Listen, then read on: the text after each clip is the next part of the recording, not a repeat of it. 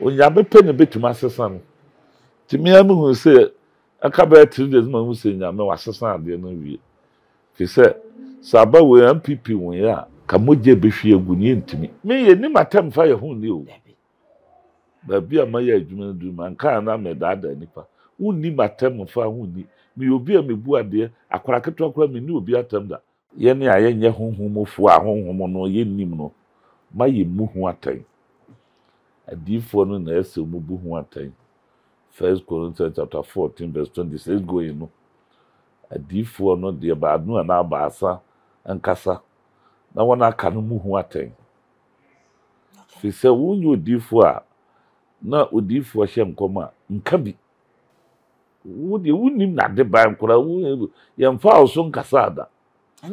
Enye wodwuma no. Nye wodwuma. Ti wo ka bia wo ha Ubi kura ukakasa etie Nyankopon.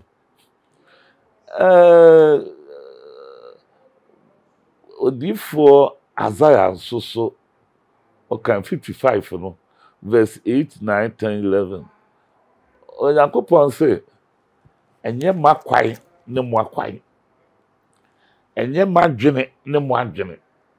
Said ye wosoro kronse asase no. Saara na makwai ekronse na asase. Na said ye osoro to nsuo manofo asase na ogufuo dua na gudie na ensan nsuo no nsan ma asase so no yesefo asase no ma no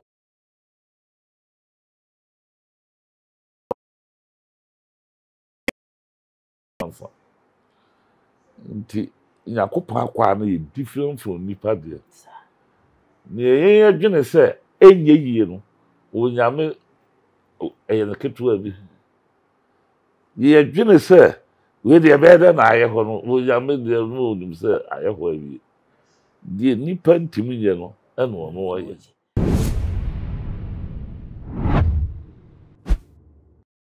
Adishimai Mahai to my GH so message safe no hu me be subscribe and like so na wa share edia mama e mo refi say notification bell nes obebo so se be ya video bi e de betum no obetumi anya bi ahwe na so anya bi etie ba na dwenkyira na wa twe wa dwen e de afa ho ye wo man yi mu ye na nim sa afi twa mu de na ya bato afi enu nti asofo ni nyina bo wo mo ho modern so wo mo kire wo krache power eno na nam so me bi de ba ye bi de ntwa yi na ene ya papa eye Bishop JY du ede nsem bi abeto abonten na ne nsem a wo ka nyina ne se enkomse na dodo na amfa no ebi ana nyame na ne nim ye nti a wo ye ne se san nsem komse no dodo na akra fa ya nka Ghana bese Ghana beda ne abutu ensem we ba ya pe na Ghana fo si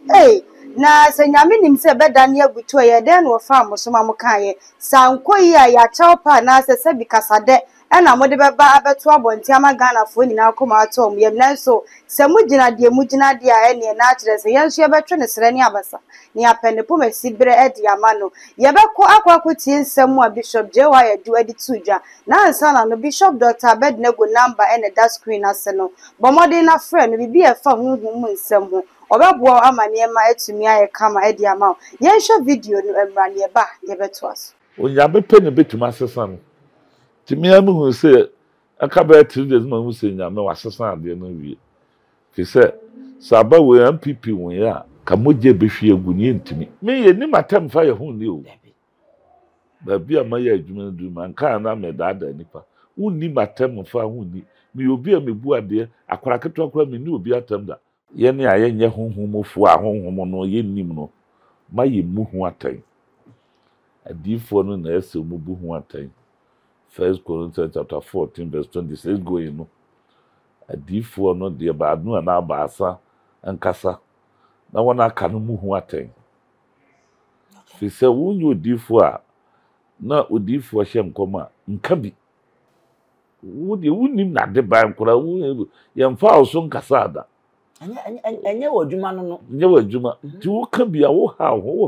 Ubi kura ukakasa etie Nyankopon. Odifo Isaiah so okan 55 no verse 8 9 10 11. Nyankopon say enye makwai ne mo akwai. enye madwene ne mo adwene sɛdeɛ wɔsoro koronse asase no saa na makwan ekoronse na asase na sɛdeɛ osoro to nsuo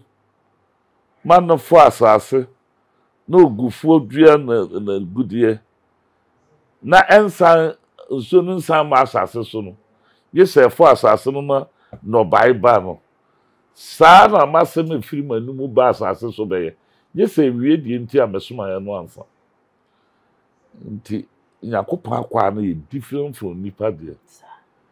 ne yɛyɛ dwene sɛ enye yie no onyame ɛyɛ no ketewa bi yɛ dwene sɛ we de bɛda na ayɛ hɔ no onyame de no onim sɛ ayɛ hɔ awie de nipa ntimi yɛ no ɛno no ɔyɛ Arafunu mi adobi biasi ye twa ye ho abade anakyerɛ sɛ nsɛm na ne yɛde hyehyɛ soɔ no ye kɔ no me ma ohun sɛ nsɛm wei ɛna Bishop JY Edu ɛde aba betudwa ka me ho na me ma me guest akɔ aba ne yɛmfa yɛn nkɔmmɔ no nhyehyɛ so me nua ba mo akɔ aba ɛde ba tu ma GHS Ohima meje so na enema mu te sɛ na me adom bɔkɔ enne sɛ de ewiem ayɛ hye na sɛ nsuo yɛ sɛ emu na asɛ ɛtɔ ne ade ne nyina ntɔ nkɔmhyɛ ne nyina bi ewo mu nti na nkanea mɛyɛ saa na Ohima medase na menchia watiefo no wahwefo wakonya ya wode ama me na menka sɛ nkomhye ne de ye beka sɛ ebi wom ebi nim sɛne asɔfo no ba abɔnte bɛhye nkom no afi we nya de foforo because afi bia ye beto aba bia ye nya adifo mo ba abɔnte bɛhye nkom na ne ye nwanwa ne sɛ sɛne MPP fo ye o madwene sɛ o be breaki 8 na o mo sell sa message no ma sɛ kame ye sɛ ahyase no eto Ghana fo tirim enti na dodo na anim sɛ o sɛne MPP fo atom ho ayatɔ yi de o mbetimi a breaki 8 no ɛna NDC fo no so ani bere ye sɛ ekwan bia so no o mo so o mbɛgye 8 no e de afi ho na ma ye refi ye papa ye Reverend Usubempa ono ne sofo ba kwa se obekenya nkomhye no ma asofo no nyina eji ma se obi ade no ho ekoje nkomhye no nti no asofo no meka ne sese ne obi sai se me yi wano meka se enso mu na ye de ebi nkomhye ba mu ebi komhye nso amen yo mi nwa meda wase na sansa na pedi e so na dodo na yes na obi e na ye de mampani a ye ni besi so na nsuo mu na e beto anade na nso nyame atewiem na ye de na siso ama bibi aye kama na ye hwe Bishop JY Edu nkomhye a wode ba ye okay na ba amemu Ghana for de rank ye hwe animu senke bianka amemu enka wode a chawpa bi na eba na se kasade bi be kama Ghana fo akoma tom yem na so kame ayesa sofo no de wo mo kan ya amem no mo da gina de o mu gina e de enti enema wo mu nya nkuran sesa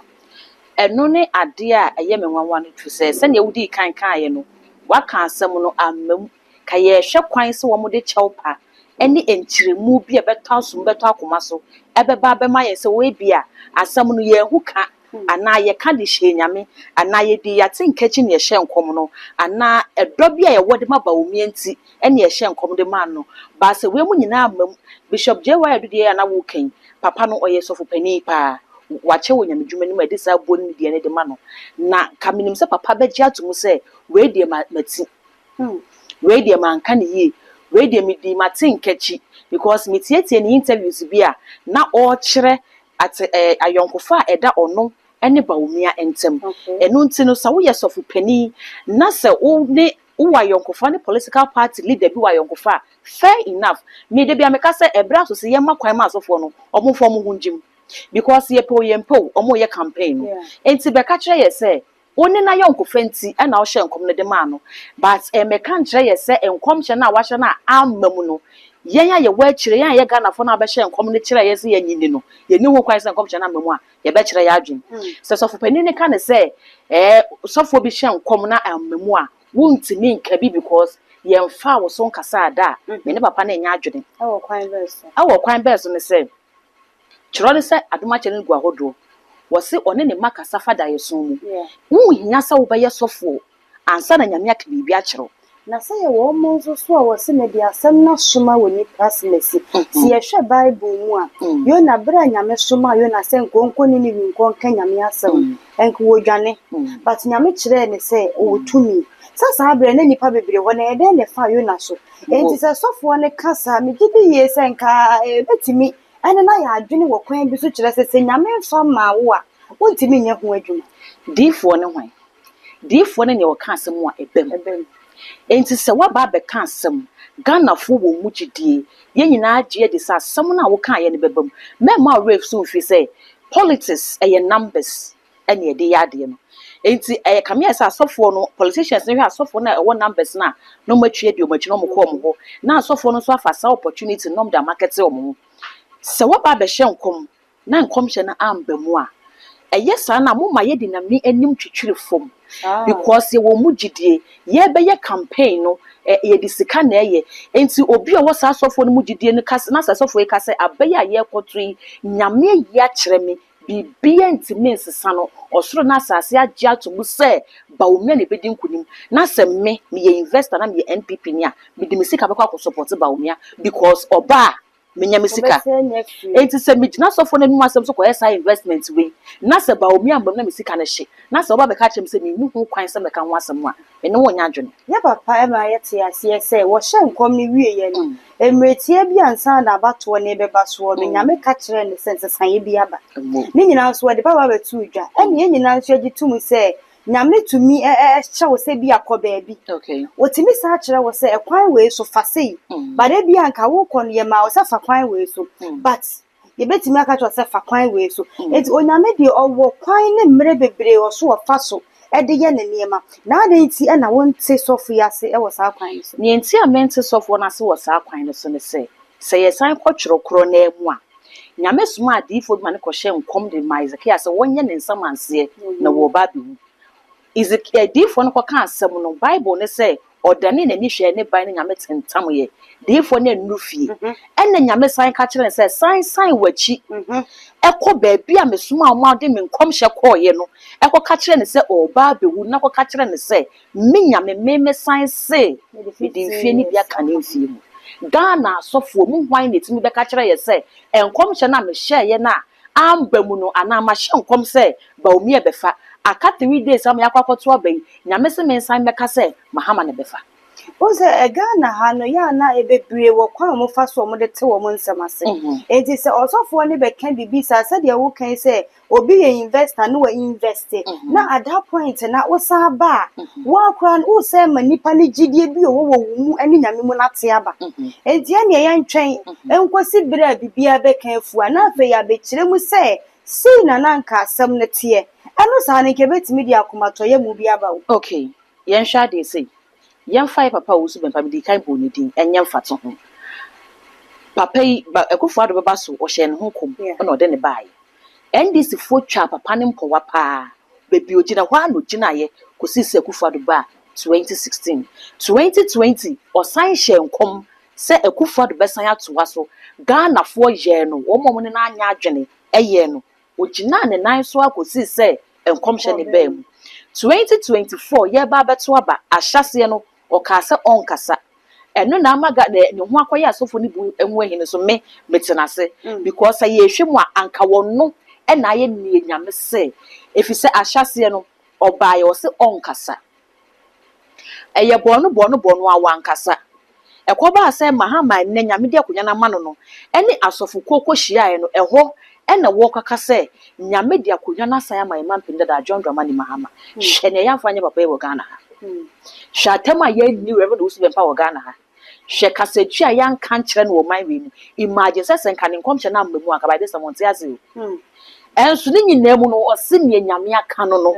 enti ye matwabre ne nso twabre ne so ye no ye ho abiso asofo ewo mu na kame akoye se nyame kasa no waka we kire we na waka we so a kire we ya na sanse nko mu nyina ya sofo ena nyame baako na no mu nyina esom no enti ye den na nyame ka we wa ha ka we so wa ha sai na nyame no one omo kasa sanse se ye hwe de Bishop J.Y. Aduka na ye hwe asemu a eye owusu bempa so eka eni nyame baako na kasa kire wo mu nyina na okay eno de enka no kura mu ne papa mu a anka magime de say asofo no mumu meyi saa asem ya no fama ye nkyere say ye de yen ye wo we ye da go ye da asem obeka kire say nyame sisei na yaye ye da asem obeka kire say nyame sisei na yaye nyame ka asem na kire wo na meni ho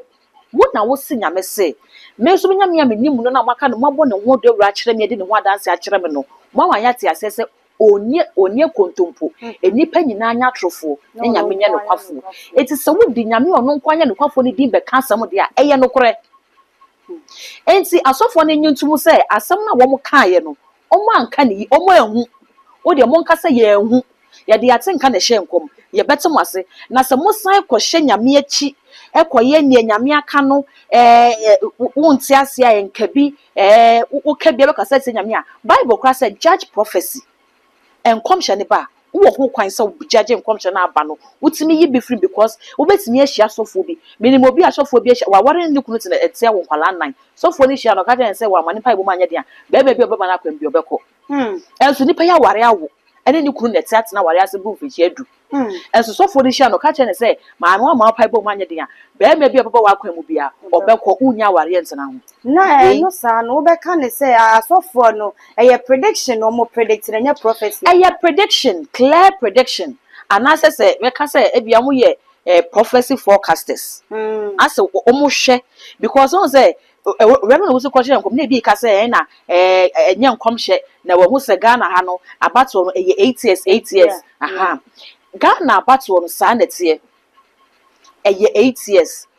unchemu 8 years eno na NPP for your maje se omo breaki saade no na temamufo na yeto aba ne se da bi Ghana for say yes 8 years bia na ebesesem eti se wo de opa fa gold be ya sa be ye kwan me na nteso toma na free so mayen 8 years ni be mo watwa ni asesem NPP for ni be ka say na NPP for no kra mo ankwa ankoto aba na ye NDC for na de koto aba na omo atimi afa se ne etie bia ye 8 years ya asesem na foforo aba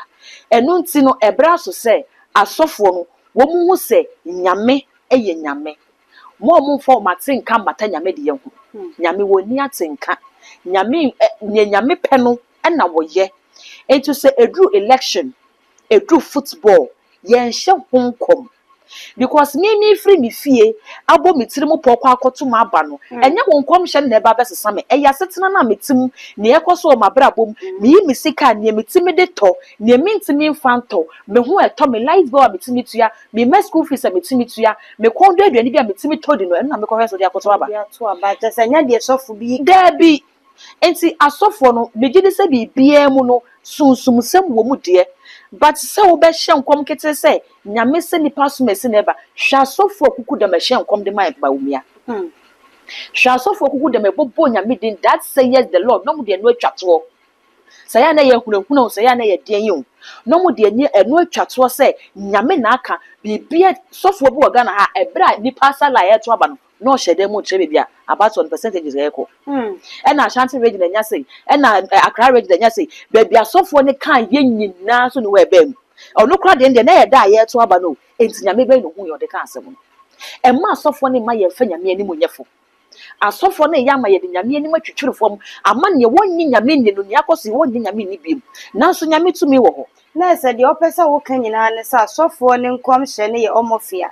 enye papa Debi na se me no be ya dwene ade wo mo ka no enya ade ye papa nti se nkom be wo mo bibi ka ya chaw pa na se bi kasade ena wo so mo de ye be ka na nyame tutimi ka sam sesa no ya minia ba enu na mama wo fato ho se bi krasi wo bible ni but asofo ye hye nkomu obi ama bonten ameka se retracted statement nyame se e besesa after say ya to aba na wie no afi no mo ka se bi se na ka be 3 days no ena ye hu se adane se asem si o ka asem kire me na menya wo mu gidie na me ka se yesi adwuma bi aba yeso de 10,000 ba wo wie bibi a 3 days kuta be 500 billion or so whatever na me dimi ho akowuram wonim sa ade e bia me di sika ne kowuram na wo te yes ma de se anya no kore okay otimi aka chem otimi kopem sa ade na wo ma wi ansa ne wanya kasade bi se mi hu yo but na me nim se me ka enti ya ne duru ba bia e wo bia ne ba bia na koma akoduru okay e wo bi mu enti me hu ne se nu nti ana asofo ni nyina hu ne se yen twentwe so kakra na ade ni nsi eno so ka se yen bɔ ni nyina atofa ne yemfa ya no nsi maame ye bɔ ni nyina atofa na me bisa se wo mu hu ye na o ma meka na o mu ka ma no tum na ne yesi ɛna nko mu hu se ada no mo be ka ye na ne yesi a ke mu nye we no mu duro no ebedi mu senko sai ba bonten be ka ye se aimia na me be ka se nyame se ba omia ne befa na nse ya aka akọkọtọ ba nyame na ọkatra me se ba omia na befa no wasa ba ka kire me se aba no adane efiri se ba omia fa enye papa eye sa no makọ se nyankopon na se oya ye sakasaka nyankopon nyame so nye sakasaka nyankopon etime de na me ka ne se asofo no wo mu nyintum